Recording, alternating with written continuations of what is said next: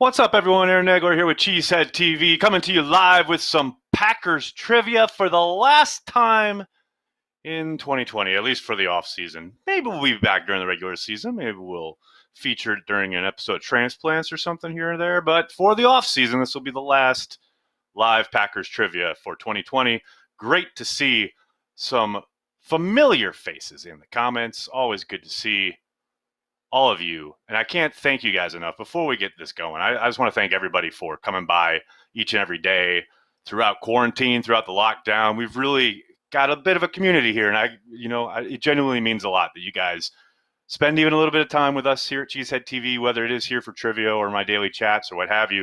It really means a lot that you make us part of your Packers routine. For those of you who may be new to the game, what's going to happen is I'm going to ask you 10 questions. You're going to see 4 possible answers pop up on your screen. I need you to enter whatever you think the correct answer is into the YouTube chat, but you've got to make sure you use a hashtag. Hashtag the answer. If there's more than one word, you just need to hashtag the first word. That's all. So make sure you hashtag it. After every answer, we'll have a top 5, the quickest correct answers. Throughout the game, we'll have a top 10 leaderboard. We'll check in to see who's dominating there. And at the end of the day, we will crown the champion, not only for today, but basically they get bragging rights for the rest of the offseason. Or I'm sorry, for the rest of the season. So sit back, have a good time, crack open a beer. Goodness knows I have. Salut. Let's play some Packers trivia. I'll start us off with question number 1, which is, what year did the Packers cut ties with the Acme Packing Company? 1919, 1920, 1921, or 1923? What year did the Packers cut ties with the Acme Packing Company? What year was it? What could it have been? Look at all these regulars. Big Daddy Cool Breeze is in the house. Brent Randolph, I see you. Glenn Bard, of course. Old Timer Dave. Context, Nick, George Butters is here. I'm so glad George Butters is here. Good looking group here. Frank, what's up, buddy? How you doing? All right. Perry, how we doing? Oh boy, here we go. Oh boy.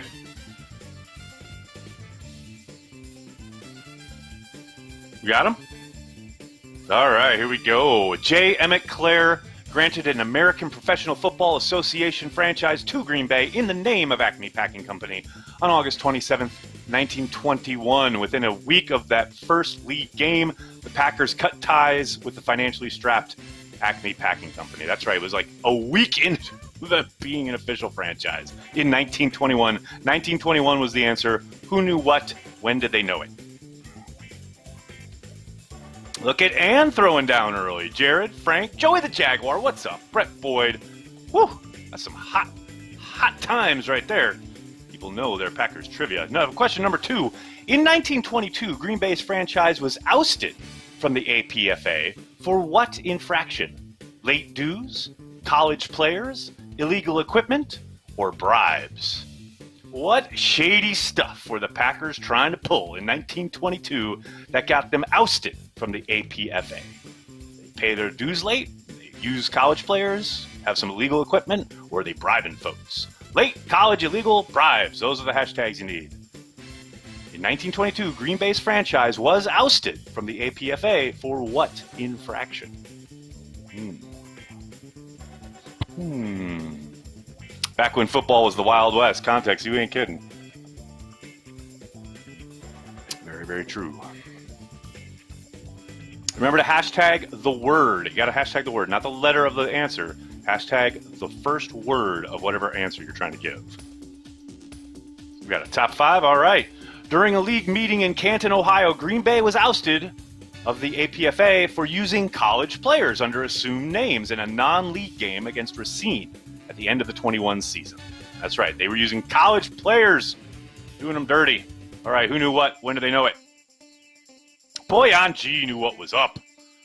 And context, Brandy Lewis, what's up? And Joseph M. Okay, let's get on to the next question here. Who was the first full-time chief executive in Packers history? Robert J. Perrins, Curly Lambeau, Dominic Olejniczak, or Bob Harlan?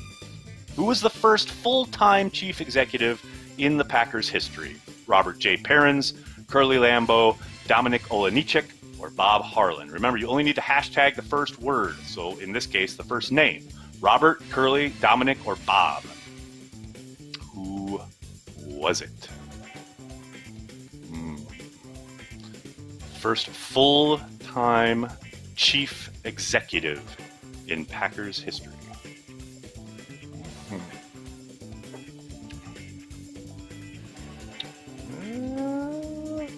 Kind of all over the map.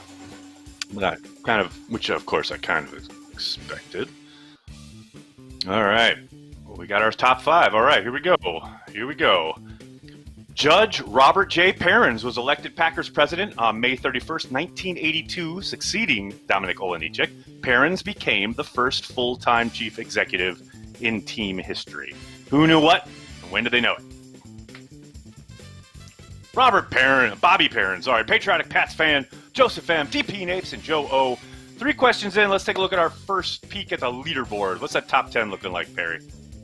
Joe O knew what was up with all 3 of those. And Brandy, Bonsai Bill, what's up? Enjoy the Jaguar. Brett, Joseph, Big Daddy Cool Breeze at 8. Krista Reynolds, Cody, what's up? My man Cody at 10. All right, we're going to keep trucking here. What year did the Packers first add private boxes to Lambeau Field? 1982, 1984, 1985, or 1990? What year did the Packers first add private boxes to Lambeau Field? 1982, 1984, 1985, or 1990? Get your Lambeau knowledge on. Remember to use a hashtag. Got to use a hashtag. Big V.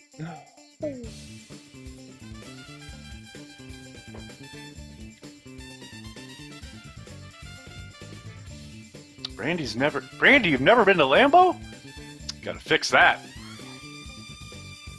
Obviously, probably not this year, but eventually. 2021 road game meetup with Brandy.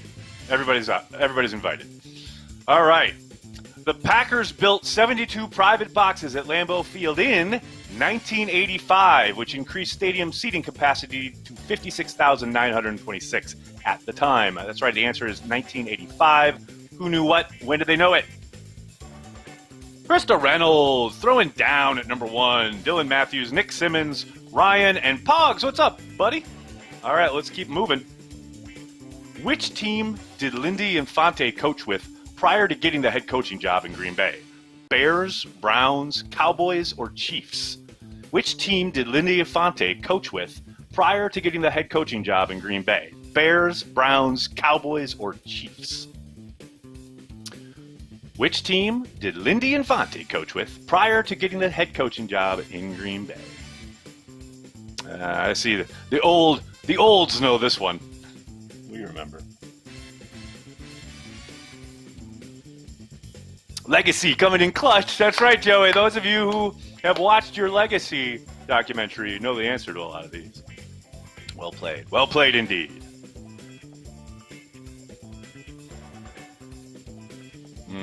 How we doing? All right. Infante was the offensive coordinator for the Browns prior to being named Packers head coach. That's right. He was with the Cleveland Browns. Who knew what? When did they know it? Boy on G knew what was up. Context Gaming, Sebastian, Glenn, Juan. Welcome, Juan. All right. Let's take a look at that top 10 leaderboard halfway through the game, shall we? Krista Reynolds vaults up to number 1. Rojo at 2. Joe, AJ, and at 5. And Brandy at 6. Tell you what, this is a good-looking group. All right, let's keep her moving, shall we?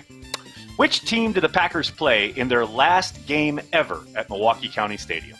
The Vikings, Chargers, Bears, or Falcons? Which team did the Packers play in their last game ever at Milwaukee County Stadium? Vikings, Chargers, Bears, or Falcons? Another one for the olds. Yeah. Yeah. Not a surprise. Olds definitely going to get this one.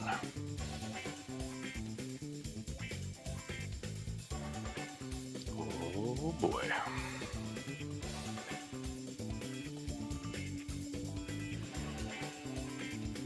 All right, Perry, how we doing?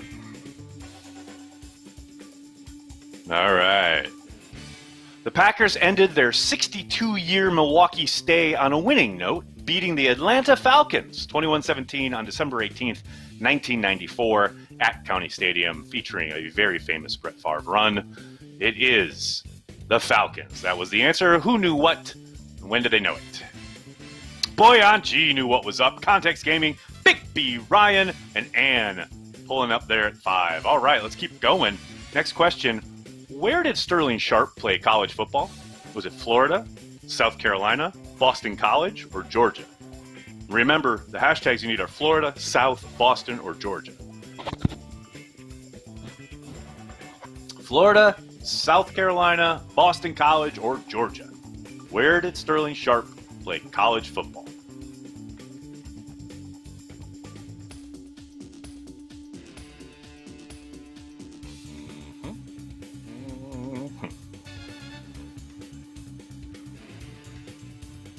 Wisconsin sports fan. My internet sucks and I'm so mad.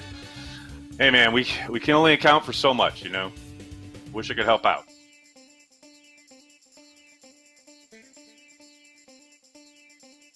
We're gonna have to start selling like extra subscriptions to Spectrum or something. Help people out. All right. Sharp's number 2 jersey was retired by South Carolina at the end of the 1987 regular season, making him the second Gamecock ever to be granted this honor while still playing. That's right, South Carolina was the answer. Who knew what? When did they know it? Give it to me, Perry. Nick Simmons knew what was up. DP Napes, Context Gaming, and Brenton. There we go. Only a few questions left. What's that leaderboard look like now? How's she looking?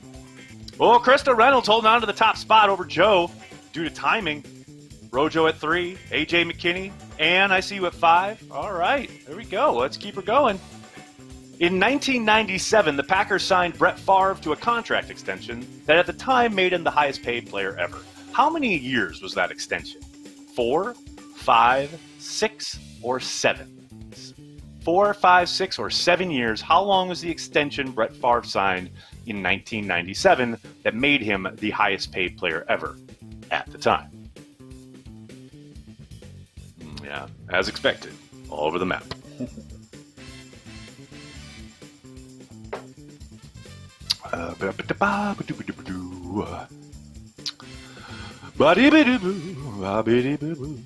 Welcome to my lounge act.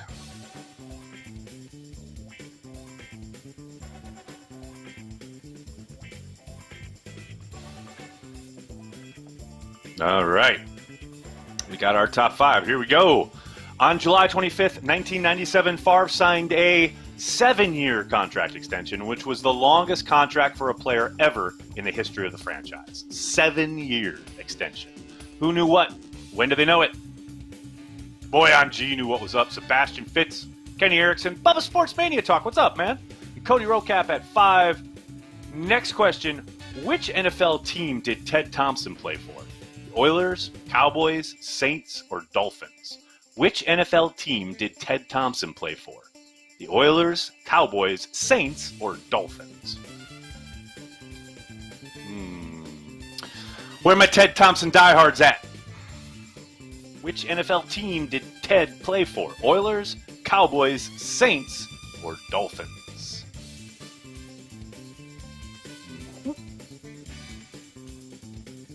Got a lot of Ted fans here. I see that. Mark Murphy played for Washington. Context. All right. A lot of people know the answer to this one. How we doing, Perry?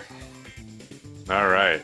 As an undrafted free agent in 1975, Thompson was signed by the Houston Oilers. The Oilers' general manager and coach was Bum Phillips, who had briefly coached Thompson at Southern Methodist. Thompson was won a spot as a backup linebacker and special teams player and held his position for 10 years. He started 9 games during his career, but proved very durable, playing in 146 out of 147 games. The man always answered the bell. In the 1980 game against the Jets, Thompson successfully converted 4 extra point attempts as the emergency kicker. Man did it all. That's right. It was the Oilers. Who knew what? When did they know it?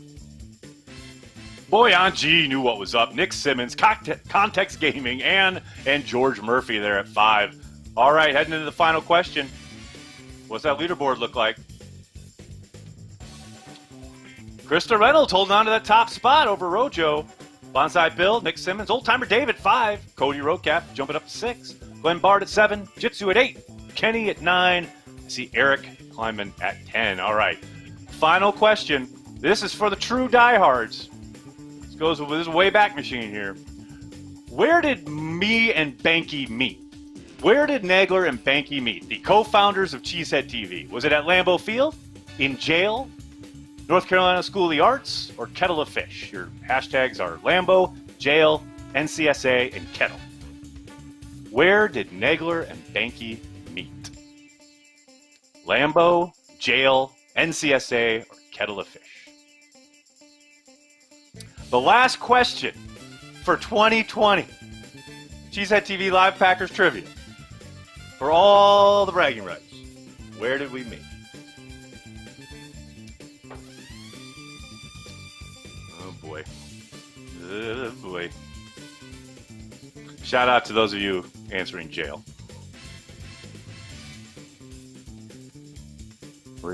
Yes.